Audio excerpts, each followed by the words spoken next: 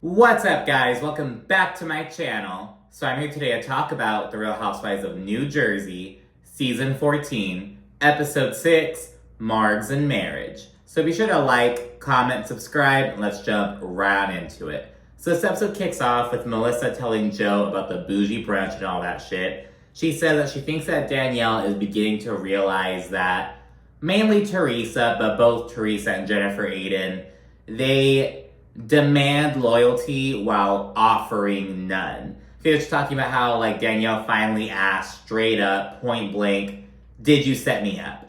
And remember, Jennifer Aydin was denying it, but Teresa got really upset. She was pissed off. In fact, later on in this episode, Jennifer Aydin tells Jen Fessler that Teresa was actually more upset with Danielle than Rachel. Teresa kind of brushed off Rachel and all that drama. She was kind of expecting it. But with Danielle, her questioning her loyalty, really pissed Teresa off. So that comes up later on. But back to Melissa. She says that, because Jackie's all of a sudden anti-Margaret, Teresa's now, trying to fucking take her in. And, it's some classic fucking playground, mean girl, popular girl. You know what I mean? Type bullshit. Seems like Jackie's kind of the outcast and trying to cozy up to the popular girl, and it's so odd. But yeah, speaking of the duo, we see Teresa having Jackie over. Jackie's actually only been to Teresa's house once. They're not cool, and it's so weird because Adriana, Teresa's youngest, she comes down and greets Jackie, and Jackie's like, oh hi, it's been so long since I've seen you. And Adriana's like, oh hi, I'm good, how are you? And it's just so weird. And it's even with Gia saying hi to Jackie, at the, God, where were they at? They're at a Biscuit's birthday party at Jennifer Aydin's house. And it was do you not remember that she, made the analogy about you doing coke and, you got in trouble with your sorority? Not really in trouble with the sorority, but, her sorority was talking to her. It was this whole thing. It just feels so forced and fake. Jackie says, oh, I want to be around nice people who make me feel nice. That's why I'm here. She says she's all about just having fun and she just wants light energy. With Margaret, everything's just so negative and blah and blah. Whereas with Teresa and Jennifer, it's fun and blah blah. But it's only a good time when you fall in line with what they want from you. That's the thing. So, and I get her saying that, Margaret is just so negative and blah, blah. I get that. But, you can acknowledge that without fucking flopping over to Teresa's side. What the fuck? So, that's kind of odd. Jackie also says that Margaret's just so angry and she's grateful that she wasn't at the bougie brunch. And it's funny because Jen Fessler also said that she was glad that Margaret wasn't going to be at, was it Biscuit's birthday party? Or Margaret didn't go to some event and Jen Fessler was like, oh, thank God, I don't have to worry about that. So it's two people who are aligned with Margaret are both I'm glad that she's not here so I can let my hair down, do what I want to fucking do, not have to worry about her bullshit, and that fucking speaks volumes. Teresa then says that she likes powerful women, and Jackie's like, yeah, we just had never gotten along until now. And Jackie, it's because you were more powerful, you went toe-to-toe with Teresa. Now Teresa's gonna be oh, you're such a weak bitch, but you're actually strong, you were standing up against her. Now you're being a weak bitch. And yeah, Teresa's oh, you're a strong woman, but it's because you're doing what she wants of you. It's oh my goodness. Jackie also adds that she's not a broken person anymore, and she's really enjoying, just being with Teresa and Jennifer, basically. And Jackie then starts kissing Teresa's ass regarding her calling John Fuda a fucking, not a doorman, a parking attendant. I was not a doorman, not a busboy. What? I was what she fucking call him? A parking attendant. She's oh, I almost fell out of my chair laughing when you called him a parking attendant. Oh my gosh. And it's wow, big surprise. Jackie's shit talking a fucking legal profession, because guess what? She's the daughter of a fucking scammer. Her dad went to prison for IRS tax evasion bullshit. So it's oh yeah, so she's shitting on a real fucking legal profession. I don't know. I don't like that shit. You know what I mean? So we have these rich bitches talking shit about, oh, parking attendants. And it's like, and John Fuda's also a businessman. You know what I mean? He owns like a parking structure. That's what she's calling him. It's like just so rude. And Jackie being like, oh, that was so hilarious. That's just so shitty at Jackie. It's like, oh, the bitch with her fucking husband in finance is laughing about, like, that's just so shitty. I don't know. It just leaves a bad taste in my mouth. It's just, I don't fucking like that. I don't know. But anyways, Rachel then calls Margaret, who's down in Charleston, and she tells her about the brunch altercation between her and Teresa. And regarding the parking attendant diss, Margaret calls Louis an unemployed mooch. And it's like, yeah, so what does Louis really do? And later on, John Fuda calls him a money launderer. I don't know. And then we also learn later season that he's apparently like bleeding Teresa dry with money. Or there's some clip about Dolores saying that like Louis like siphoning her fucking money, basically. I don't know. Serves her fucking right. We then get this scene between Dolores and Paul. They go out to lunch, and Dolores, of course, fills him in on some of the questions that the other ladies had at the brunch. Like, why isn't he divorced yet? You know, how would you feel about, like, getting engaged before the divorce is, like, finalized? Like, do you see, like, just kind of questions about his situation. And admittedly, Dolores is kind of pressing him a little bit, but it's like, I don't think that's unreasonable, especially at this age. Like, you've been together for a little bit, you know what I mean? You guys have a great relationship, you've moved in with him, like, where is this going? What's going on? Like, Dolores is adamant about she wants a commitment, she wants to get married, and Paul just doesn't seem to want that. And she's kind of pressing him a little bit about, like, this might get to the point where one day I'm like, I might have to rethink this if I don't have this commitment. Like, what's the point of, like, dragging this out? Why have you not gotten divorced yet? What's going on? And he immediately grows defensive. He's like, so what? Do you think if I get divorced, I'm just going to get down on one knee the very next day? Like, what do you think? And it's just so uncalled for. He basically says that he's going to handle it at his own pace, and, like, if Dolores wants to second guess shit, then, she should figure that out sooner rather than later. He literally says that when Dolores is like, I may have to, like, rethink these things. And he's like, well, if you're going to do that, you should do it sooner rather than later. Like, she's just a total asshole. He has zero empathy about it. Just a douche. And it's like, Dolores, why are you... Like in the words of Frank Catania, oh, Dolores was raised on the streets of Patterson, this big bad girl, even though her dad was like a cop and shit. Apparently she's this like scrappy girl and shit. She sometimes remind us that she's this tough guy and shit, but it's like, she's letting this dude just like shit on her. She just lets herself like get played time and time again by Frank, by David, by Paulie. Like, they just aren't giving her the commitment. And it's just like, dude, that just fucking sucks. He's just such an asshole about it too. It's just like, he's giving her no commitment. He's like not acknowledging her feelings. He's just kind of like, well, if you feel that way, if you feel like you want to go, just go. And it's just like, dude, like, what the fuck? And it's like, I don't know. It's really frustrating to see, and I hope that Dolores gets that together eventually, but whatever. We then check in with Danielle. She's packing for New York Fashion Week, getting everything all ready and whatnot. Her husband's there supporting her, rooting her on and everything. She shares that Melissa and her godmother will be there. Not Melissa's godmother, Danielle's godmother. She won't have any family there though, because of course she'll speak to her brother. Her mom is on a European cruise with her boyfriend. She's doing that. And she decided not to invite her dad. She acknowledged that he would love to be there. He would love that. But she was just like, I just can't. I just don't want to add on any extra stress. Like, I'm already freaking out enough about this and stressed out enough. I just can't add that on. And it's just so shitty. I mean, it's like, you don't have to talk. You know what I mean? It's like, I don't know. It's her prerogative. It's her event. But it's just like, remember, she how Danielle puts it is that her dad was taking her brother's side, but she also admitted that, like, after her brother sent back the baby shower gift or whatever in the mail, Danielle was super hurt, and she wanted her dad to, like, stick up for her, to, like, bitch at his son, but he didn't, so that's why Danielle's punishing him now. And it's like, he is staying true neutral. And mind you, the mom took sides with Danielle. The mom doesn't speak to the son either. The dad is all that he has. And it's like, it just sucks. You know, at the end of the day, he's like, I'm not going to let my son, like, not speak to anyone. I'm going to stay true neutral. But by him doing that, Danielle got pissed off with him.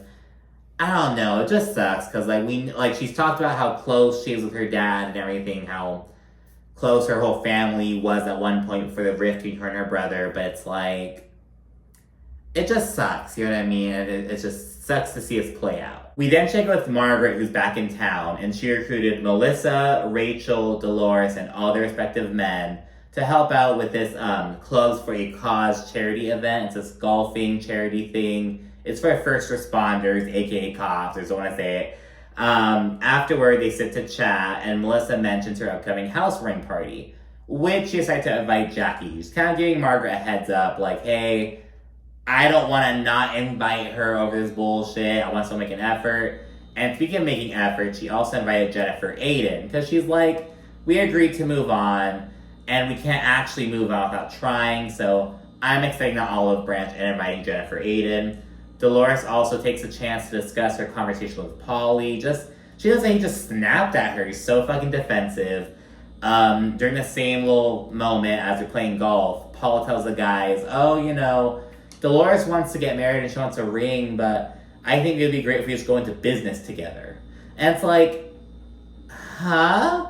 And Joe Gorga, he's like, I've known Dolores her entire life. She doesn't want to go into fucking business. She wants to be married to you. Like, what? Like, it's just like, he's just so fucking clueless, dude. And by the way, before we move on, we see this little weird moment where the guys are all fucking wasted and shit. The losers, Joe Benigno and John Fuda, they have to, like, put a tee in their butt crack as the other dudes hit a golf ball off of it. This whole fucking weird thing. Marg gets into this golf cart accident. It's fucking chaotic. I hope the guys aren't wasted. See if these guys are still sober. Oh, there you go. This is what happens when you lose on the golf course. We then see Jen Fessler and Jennifer Aiden meet for lunch. You know, they said they hit it off on the plane ride to Ireland and have just been kind of really cool since then. Jennifer says that she'll be at Melissa's housewarming party, and she also suggests that she's a bit nervous about telling Teresa, because she knows that, like, it must sting. Like, she's like, Teresa says she doesn't care, but, like, I'm sure that she would rather that I didn't go to Melissa's house. But she's kind of in a similar position to Jackie. She's like, I just want to let go of that negativity. I don't want to carry other people's baggage. Like, I need to move on for myself. So, good for Jennifer. Jennifer then mentions Danielle asking if she and Teresa set her up, which she continues to deny. She then mentioned Danielle asking, oh, well, who the fuck is Lena? And why the fuck is she in VIP with us? And Jen Fessler calls this gross, because she's like, didn't Lena, like, open up her salon, like, and do your hair for free when you were, like, in a pickle? Like, and you're gonna disrespect her like that? Like, what the fuck? So, yeah, that's kind of coming up. And again, it goes to, like, the whole parking attendant bullshit. Oh, who the fuck is she? When it's like, Jennifer Aiden and Teresa both know her. She did you this huge fucking solid. Like, what's the issue? You know what I mean? And it's not even like, it could have very well been like, oh, I didn't know it was Lena. I thought it was just some random person in VIP. That's why I had him booted. No, she, like, doubled the fuck down. So Jen Fessler's kind of like, that's gross. Not cool with that. So, yeah, that happened. Jennifer then observes that Teresa was more upset with Danielle than with Rachel at the brunch. Jen Fessler then says that Teresa took accountability by saying, oh, I wasn't calling John Fuda a drug dealer in the present tense. I wasn't saying he was currently a drug dealer. She doesn't understand that. It's like, I don't care if you meant that he's currently one or was one before. You're bringing it up. Like, why are you bringing this shit up at all? Why is this topic, like, becoming a topic? But yeah, Jen Fessler's eating that shit up. She's like, oh, I'm so glad that Teresa took accountability. But Jennifer's like, well, Rachel wasn't having it. We're going to see more Jen Fessler versus Rachel stuff later on this season. I just know it. Danielle then rolls up to New York Fashion Week, and she's navigating the backstage chaos. This was my favorite scene in the whole fucking episode, to be honest. I thought it was so funny. Danielle was having like these like, she was having just honest reactions. Like she's closing the fashion show and there's this other brand that's gonna walk in that same show and it's a very like 1800s, like very old school type garbs, and Danielle's like, whoa, this is very different from mine. Just seeing her reactions was so fucking funny to me. Wow, this is beautiful. Where the am I right now? I literally just walked into a Marie Antoinette version of the Nutcracker. The music is classical. I'm like, oh my God, I have EDM music. And my favorite part was when she's like freaking out right before her show starts. She's like, that's my music, who's using my music? And they're like, no, this is your part of the show, you're about to go. And she's like, oh my God, it's just so fucking funny to me. I just loved it. Oh, that's my music. That's my music. Yeah, this is our show. It's our show right now? Oh my God, all right. Okay. Okay, you guys ready? And yeah, the show goes really well, and Danielle emotionally reflects on the whole journey. She's like, this is the kind of thing that I talked to Nate about. We're like drunk at a bar. Like, imagine if I had my own clothing line. And she actually did it. Like, so she's really happy about that. We're now at the penultimate scene of the episode. And it's basically just about Teresa, Louie, and the Fudas all gearing up to meet up. This was kind of orchestrated by Paul. So Louie went to Paul and had Paul go to John Fuda to get him to meet up, basically. But Louie was the one who seems to have asked Paul to do it. So yeah, and John, he's demanding a public apology, and that's basically his expectation. He's like, I'm meeting up to get an apology. I need an apology. It's this whole fucking thing. And Teresa's like, he has some balls to be asking us for an apology. And John Fuda's balls, I can't even think of his balls. It's like, it's just so weird. Like, Teresa and Louie have both taken shots at John Fuda, like, so unnecessary. Like, about his appearance and, like, his shit like that. It's like, you guys are just so weird. John Fuda says that Louie likes knowing people's secrets so he can have control over them. He speculates that Louie's a narcissist and that maybe his accusations are confessions. Like, maybe he's accusing me of being a drug dealer because he's a drug dealer. Just trying to fucking spin it like that. Teresa then says that she and Louie are trying to be the bigger person in the situation. And Louie literally quotes the fucking, you have two wolves. And so he's like, I have two wolves. I feed them every day. It's about which one I unleash. And it's like, you are a grown... He's like the most pathetic alpha male bullshit. Like, I have two wolves. The two wolves inside of me, but to which one you see. It's just so, like, it's so cringy. It's so fucking bad. It's now finally the meetup scene. It's like only a fucking 5-minute, like, little portion of the episode. Not much happens. They meet up in, like, a private room at a restaurant. Teresa, she brought a gift, like this huge little bottle of wine, it seemed. And she brought it for the Fudas to take to Joe Gorga's housewarming party. Because remember, she's like, I'm not going to give it myself, but I want to acknowledge it. So she brought that gift for her brother, as she says. And yeah, they start by acknowledging that, you know, they really didn't have any issues at first. Teresa goes as far as saying, oh, I feel like I had a connection with you, John, blah, blah, blah.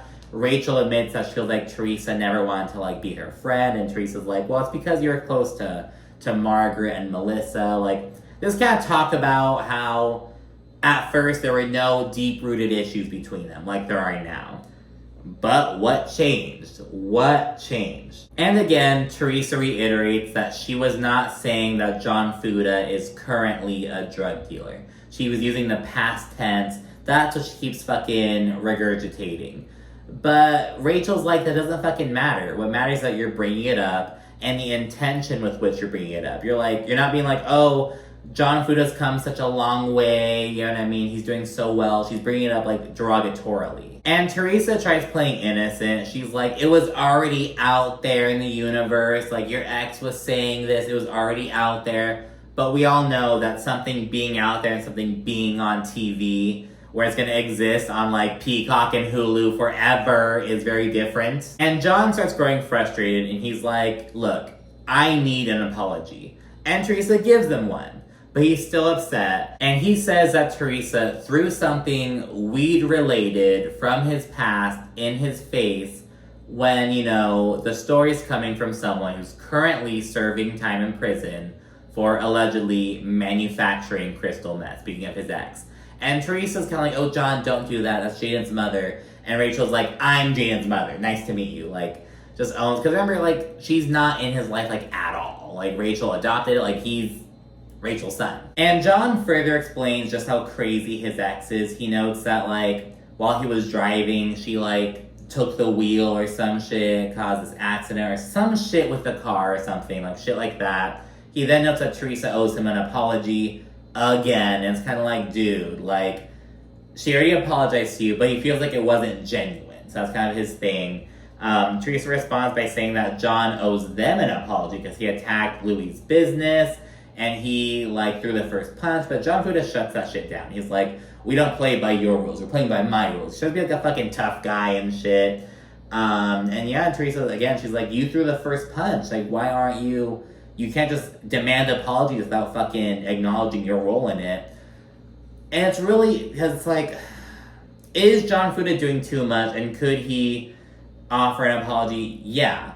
But I think the issue is that, like, okay, so Louis the one who orchestrated this fucking sit down. He's not saying, he literally said 5 words the entire fucking time. He wasn't talking.